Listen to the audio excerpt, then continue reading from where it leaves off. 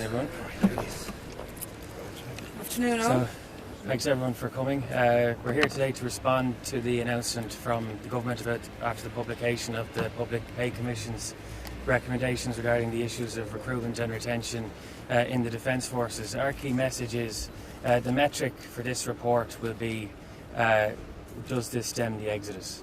And I think the reaction from, we heard Cathal Berry this morning and other personnel across the Defence Forces is of widespread concern that this won't land in a way that will stem that exodus.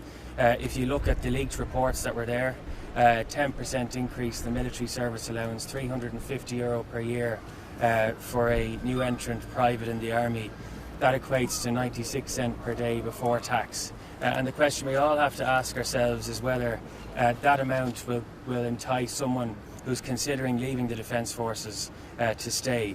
There's some very alarming data from the report as well. If you look at the survey they conducted, 60% of the permanent Defence Forces, excluding officers, actually intend to leave the organisation in the next 2 years. So if you look at how we're currently we're a few hundred away from our white paper target of 9,500.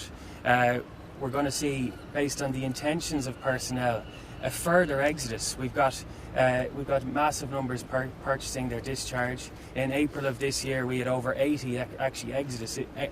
And if you look at the trajectory of people leaving the Defence Forces, it's actually not improving in any way. So we'll need to measure the month-by-month account of whether this actually makes a difference for those. But I think the message to those who are the worst paid in the public service, who are going to get an increase of 96 cents per day before tax, is that they'll have a long road to go before they see, for example, on a 24-hour duty, before they see the minimum wage being paid for the work that they do. I think there's also huge issues around, for example, accommodation that have been neglected. The Defence Forces don't have a permanent psychiatrist, so whilst they're giving an allowance or removing an allowance for food and accommodation, if you're someone having to sleep on your days off on naval ships because you can't actually afford accommodation elsewhere, how does that actually benefit you? So there's serious underlying issues around recruitment and retention, and we'll be measuring the outcome of this based on the numbers that continue to purchase their discharge and whether this actually stems the exodus. We've got two of our ships that are now docked, the Ellie Etna, Ellie Orla, because the senior commanding flag officer actually said that the personnel, the welfare and safety of his personnel is at risk here. So will we have further ships that will be docked based on the actual state intention of this report, based on the survey? So I'm quite alarmed by the outcome of the survey in itself. It's worse than actually what some of the representative associations have predicted in some of their climate surveys. It's worse than what the UL report said. It highlighted Hotel Rwanda-like conditions in terms of accommodation. So we already have a hollowed out structure, and until we come back from the cliff edge, we won't have a Defence Forces. And I'm not sure this report will land in such a way that actually brings us back from this worrying cliff edge. When you bear in mind that 37% of the Defence Forces personnel have left over the last 4 years and 82% of them were premature retirements, is there enough in the package that was offered today to ensure that the remaining will stay and that we will be able to recruit more? And based on what we've heard and based on the survey, I really don't think so, and that is the bottom line for us. Fianna Fáil are absolutely committed to bettering the conditions for our Defence Forces, to addressing the recruitment and the retainment crisis, and there's not enough in this to do that. So ultimately, we await the personnel within the Defence Force, their response. As others have alluded to, the Defence Force, the personnel morale is at an all-time low. It's on the floor. It was imperative that a commission be put in place to seek to make recommendations that would address the retention issues. It may be that, from what I've heard without seeing the report in its totality yet, it was somewhat constrained by virtue of the terms of reference applied to it. So again, we'll explore that too before we respond further. But ultimately, as I said, I think it's the duty of the job and the respect and time be given to those concerned to make a more fulsome response thereafter. Questions? Minister Keogh was out a few minutes ago, Jack, and he was strongly defending the agreement at Cabinet today. He said he thinks the entry level of 28,000 is an attractive level for somebody who's leaving school. You've seen bits of the recommendations in the agreement today. The party genuinely believes it does not go far enough.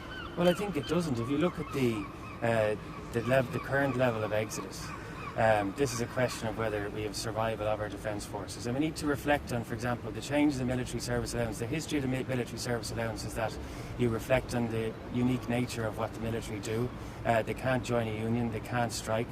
They're subject to civil and military law. When the rest of the country goes on strike, we call on our defence forces to make a stand. We also are very proud of the work they do abroad. So, of course, Minister Keogh, the Defence Forces, the report goes a lot further than what Minister Keogh has said repeatedly in the Dáil. He's referred to HR issues in terms of the recruitment and retention crisis. So actually the report is damning of his role as Minister for Defence and as someone who's been there for the last number of years, someone who's actually denied the issues and who's backed the departmental waffle about trying to undermine military management. We had a unique public plea made by Vice Admiral Mark Mellett about this issue. We had all the military management recommendations that were removed from this structure and process that went from the Department of Defence to the Public Pay Commission. And Minister Keogh oversaw that, so he's on the defence on this. But the reality of it is, they're walking with and they're leaving, and we need to end that because they deserve our respect and loyalty as people who do excellent work within the Defence Forces. Jack, from your analysis of the report, I know it's early days, but have you identified a grade of Defence Force personnel who's kind of worst off in this in terms of increases in allowances? Well, the worst off in our Defence Forces are the worst off in this report.